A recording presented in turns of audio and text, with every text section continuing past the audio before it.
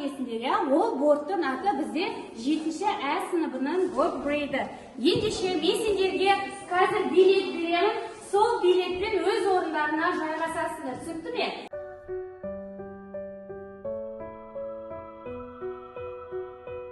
Жақсы атмосфера қалыптасу үшін біз топқа бөлініп, мынау бірінші топ және екінші топ. Енді қазір бәріміз оң қолымызды оң жағымыздан отырған адамның үстіне қоямыз. Және иығынан қағамыз. Сен жақсы адамсың. Басшылар боласыңдар, лидер боласыңдар, яғни президент боласыңдар мүмкін араларында дәрігер бар шығар, мұғалім бар шығар. Бұның барлығы нені айтып отырмын мен? Бұның барлығы не? Мамандық. Яғни сендер белгілі бір маман иесі болып табыласыңдар. Яғни буллинг болса, мына нөмірге хабарласып, не дейді? Кодты айттыңдар, Кім мектепте жасөспірімдермен айналысатын полиция қызметкері, Сен тұрсыңдар ма осы видеоға? Мен сенбін. Сен тұрсың ба?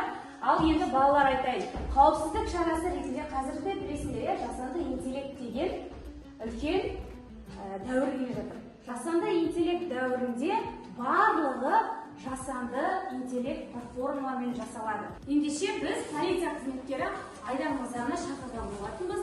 Ол кісі қазір сендерге бейне үндеуді өзі айтады. Саламатсыздар ма оқушылар? Мына бейне үндеудегі, яғни менің айтқан сөзіме сендіңіздер ме сіздер? Біздің жұмысымыз туралы. Бұл жерде менің видеомды алып, басқаша сөйлеп алады. Ол әрқайсыңыздың мұғалімдеріңіз де сіздер. Сондықтан ешкімге сенімді болмайды. Ата-аналарыңыздың құжаттарын ойын ойнағанда ойлаңыздар. Сіздер біз ары қарай мамандықты таңдауды өзіміз жалғастыра береміз. Жасанды интеллектті. Қиын жұмыстан кетті. Мұғалім болу керек. Строитель болу керек. Сезім дәрігер болу керек. Бұлар болу келеді мамандыққа. Өрт сөндіруші, Мұстафа? Сендер мамандық иесі болғанда бейнелерін қандай болады екен? Сонда жасанды интеллекттің платформасымен жасайтын боламыз. Түсінікті ме? Балалар сендер жасап болсаңдар, қазір бір баладан шығып, осы жерде былай жауап шықшы. Рамболат шығады. Және осылай қарап тұрасың. Сосын біз сені экранға көрсеткен кезде сенің ержан жасаған сурет шығарып болатын. Содан кейін сен эмоцияға қарайтын боламыз балалар.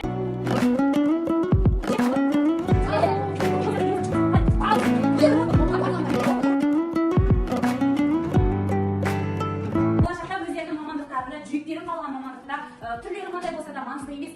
Бастысы, өздерінің мамандықтарында сүйіңдер, адал болыңдар. Осы жерде қандай мамандық иесі болса да адалдық ең бірінші орында тұрады. Себебі адамгершілік адалдықтың белгісі. Тәрбиесіз берілген білім адамзатқа қасшау дейді. Сондықтан адалдық бұл тәрбиенің басты қағидасы болады. Адал болу үшін бізде алаш қайраткерлері бірнеше сөздер айтқан болатын, нақты сөздер бар. Қандай нақты сөздер білесіздер? Алаш қайраткерлерінің ішінде кімді айтып отыр? Мыржақ боласың. Оян қазақ, көзіңді ашып оян қазақ өте басты, өткізге қараңғыды, беке жасты, жер кетті, дін нашарлап, қалып қарап боп, қазағым елді жарамасты. Молодец, яғни үшінші бөліміне өтеміз. Бұл жерде біз адалдық пен алаш азаматтарының бір-біріне байланысы. Яғни адалдық дегеніміз не? Соны қалай түсінесіңдер? Осы бойынша постер жасайтын боласыңдар.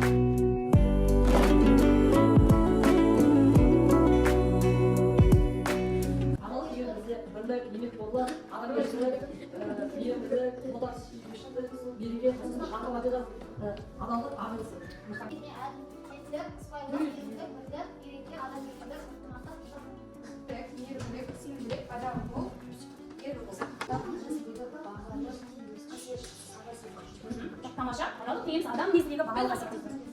Не болсаңдар да, ақша табасыңдар, үй аласыңдар, зәулім үй саласыңдар, және не істейсіңдер? Көлік аласыңдар. Мен